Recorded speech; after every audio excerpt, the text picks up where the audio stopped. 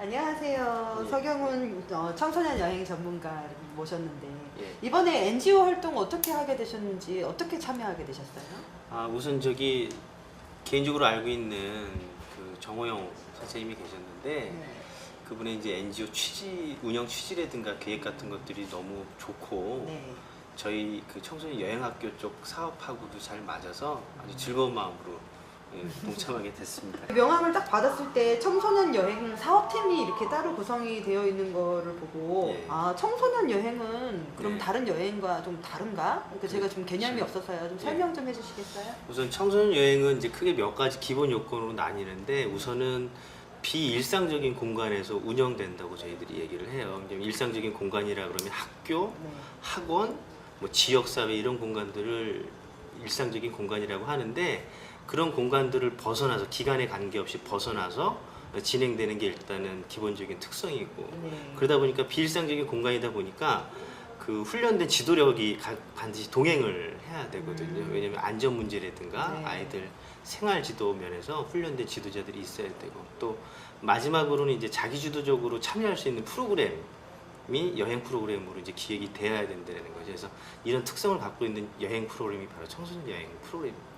네. 그 청소년 여행 중에서 이제 네. 아까 말씀하셨듯이 이렇게 뭔가 어디에 이렇게 딱 이렇게 숙박형 말고 네. 또 이렇게 막 또 여러 가지 테마가 있다고 좀 들었거든요. 네. 청소년 여행 그런 테마 중에 어떤 네. 것들이 있는지 잠깐. 그 굉장히 다양한데요. 그 우선은 이제 숙박형 같은 경우에는 정해진 장소에서 이제 아이들하고 생활하면서 그 네. 근거해서 이제 그 일대를 여행하는 거고 이동형 이제 여행이죠. 이거는 따로 숙박지를 한 곳으로만 정하지 않고 계속 이동하면서 하는 형태의 여행이에요. 그래서 뭐 유럽 같은 경우는 한 개 도시에만 있는 게 아니라 여러 도시를 이용하는 것도 그렇고 국내에서도 이제 뭐 우리나라 전주, 광주도 해남까지 이렇게 이동해서 간다거나 그런 형태의 여행을 이제 청소년 여행의 중에 이제 이동 캠프형이라고 하고 있죠. 예, 예. 그 컨퍼런스에서 이제 네. 강연하실 내용이 네. 어떤 건지. 예, 청소년 여행을 이렇게 계획하고 운영하다 보면 그 일반인들 생각으로 계획을 하고 짜다 보면 굉장히 엉망이 되는 경우가 많아요. 네.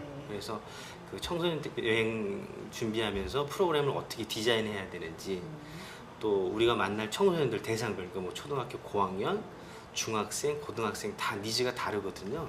걔네들 니즈에 맞게끔 어떻게 프로그램이 또 준비돼야 되는지 그리고 그 개별적으로 청소년들을 어떻게 대해야 되고 내가 담당하고 있는 청소년 그룹을 어떻게 코칭해야 되는지 이런 거에 대한 전반적인 거를 좀 공유하고 싶어서 사실은 나왔습니다. 네. 예. 그럼 마지막으로 네.